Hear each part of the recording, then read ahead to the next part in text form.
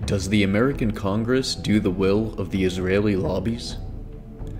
In 2016, the United Nations Security Council adopted Resolution 2334, which states that Israel's settlement activity constitutes a flagrant violation of international law and has no legal validity.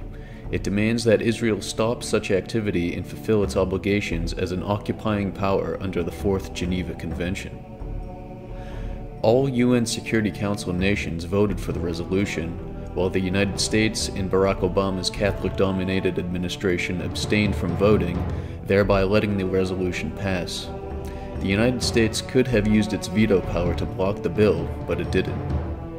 Catholic Jesuit-trained U.S. Secretary of State John Kerry said the United States could not, quote, stand in the way of a resolution at the United Nations that makes clear that both sides must act now to preserve the possibility of peace, unquote, and said the resolution, quote, rightly condemns violence and incitement and settlement activity, unquote. In a later speech, he said that the Israeli Netanyahu government's agenda is driven by, quote, extremist elements, unquote, that its policies are leading, quote, towards one state, unquote, and that, quote, if the choice is one state, Israel can either be Jewish or democratic. It cannot be both. Kerry also said a peace agreement must be based on the 1967 lines, that all citizens must enjoy equal rights, that occupation must end, that the Palestinian refugee issue must be resolved, and that Jerusalem must be the capital of both states. He also said that the Security Council resolution, quote, reiterates what has long been the overwhelming consensus, international view on settlements, unquote, and that, quote, if we had vetoed this resolution, the United States would have been giving license to further unfettered settlement construction that we fundamentally oppose, unquote. In the following year, 2017, a resolution was introduced in the American Congress to condemn the UN's anti-Israel resolution. Dick Durbin, the Senate Democratic whip since 2005, who has 2 earned degrees from the Jesuits Georgetown University, thwarted this legislation which would have condemned the United Nations Security Resolution calling various parts of Israel, including Jerusalem, occupied territories. Chuck Schumer, in theory Durbin's superior as Democratic Senate leader, is a Jewish Zionist who supported condemnation of the UN's anti-Israel resolution. So Schumer's Zionism was denied by the Jesuit supremacy of Dick Durbin. These examples of John Kerry and Dick Durbin prove American Jesuit power overrides Zionists on the very matter of Zionism. The Washington Examiner reported on how Durbin held up the vote and rejected the efforts from Jewish lobbies to pass the Senate resolution in a 2017 article called Durbin Flooded with Calls After Holding Up Pro-Israel Measure. The Senate's number 2 Democrat is facing a flood of phone calls urging him to drop his objection to a bipartisan measure condemning an anti-Israel United Nations resolution, according to a leading pro-Israel group that spoke to the Weekly Standard.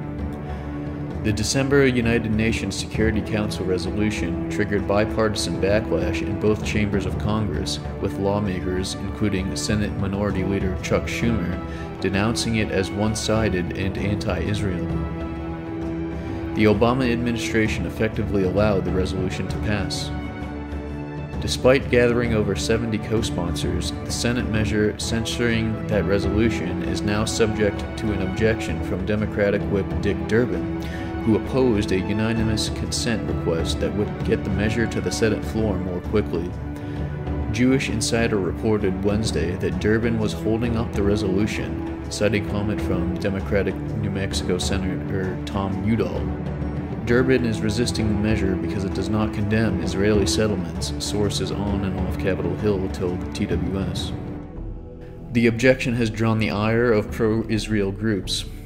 Durbin's offices in Washington and Illinois were slammed with over 1,000 phone calls from the supporters of the Republican Jewish Coalition this week, one of several groups lobbying for the resolution. In the face of an overwhelming desire to stand with Israel against the disgraceful actions of the United Nations and Obama administration, Senator Durbin has chosen to play politics with the security of our closest ally, Israel, RJC spokesman Fred Brown told the TWS. The American people made it clear last November that they are tired of these partisan games, and despite the senator's best efforts, they will not be ignored. Durbin's office did not respond to requests for comment. The Senate measure in question, introduced by Florida Senator Marco Rubio and Maryland Senator Ben Cardin, censures a December UNSC resolution that describes the West Bank and East Jerusalem as occupied Palestinian territory and says construction in those areas is illegal. The censure calls to repeal or fundamentally change the UN resolution, opposes any external efforts to impose a solution on the conflict, and reaffirms a two-state solution. A similar measure passed the House in January. Udall has also raised objections to the measure's treatment of Israeli construction. He proposed an amendment during a Foreign Relations Committee meeting mid-month that condemned settlements, but it was rejected by Republicans and 3 Democrats on the panel. It was supported by 7 Democrats, including Virginia Senator Tim Kaine, who's another Jesuit, and New Jersey Senator Cory Booker. Durbin is not a member of the Foreign Relations Committee. Again, the bill in question is Senate Resolution 6, a resolution objecting to United Nations Security Council Resolution 2334, and to all efforts that undermine direct negotiations between Israel and the Palestinians for secure and peaceful settlement. As of today, October 18th, 2020, the bill is still halted and has not advanced past the status of introduced.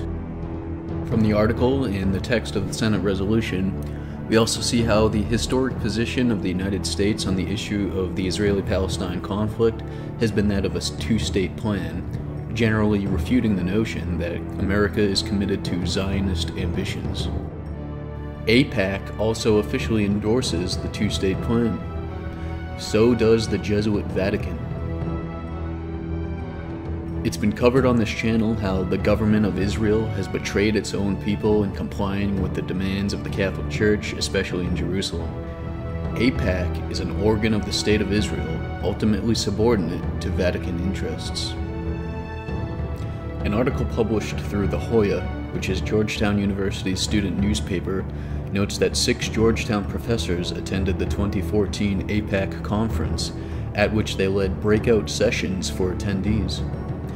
A participant from Georgetown said the conference was a, quote, quasi-training session for the next generation's AIPAC leaders, unquote. So you have Jesuit professors training the next generation of AIPAC leaders.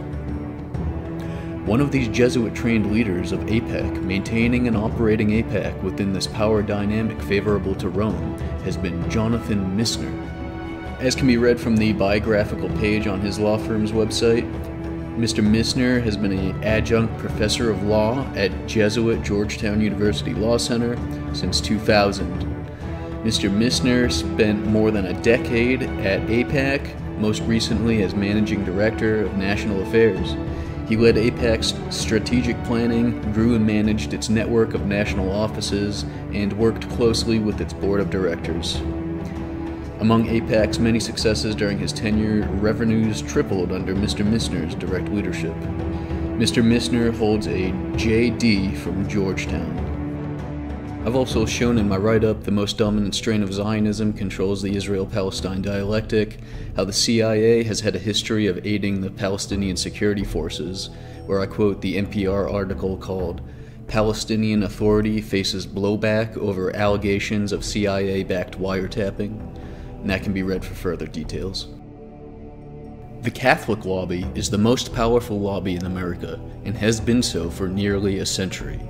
The Routledge Companion to Religion and Film, edited by John Lydon, says on page 36, quote, "By mid-1937, the Catholic lobby totally dominated Hollywood film content," unquote. The Christian Century, volume 62, published 1945, posed the question, quote, "Is it any wonder that the NCWC, which is the National Catholic Welfare Conference, is called the most powerful lobby in America?" Unquote. The Political Role of Religion in the United States, published 2019 on Routledge, first published 1986 on Westview Press by Stephen D. Johnson and Joseph B. Tamney, reads on page 163, quote, "The U.S. Catholic Church is the most effective political force advocating the liberal agenda," unquote. Just recently, AP News had an article detailing how, after lobbying, the U.S. Catholic Church won at least between $1.4 billion and $3.5 billion in virus aid. There are no American synagogues getting that kind of money, that's for sure. I'd like to conclude by referring again to the remarks of John Kerry, when he said, quote, "If the choice is one state, Israel can either be Jewish or democratic. It cannot be both," unquote. This was obviously a threat towards Israel to continue adhering to the democratic form of government pursuant to the indirect power model of Jesuit John Courtney Murray. If we Catholics can't have controlling stake in your government, bye-bye military aid.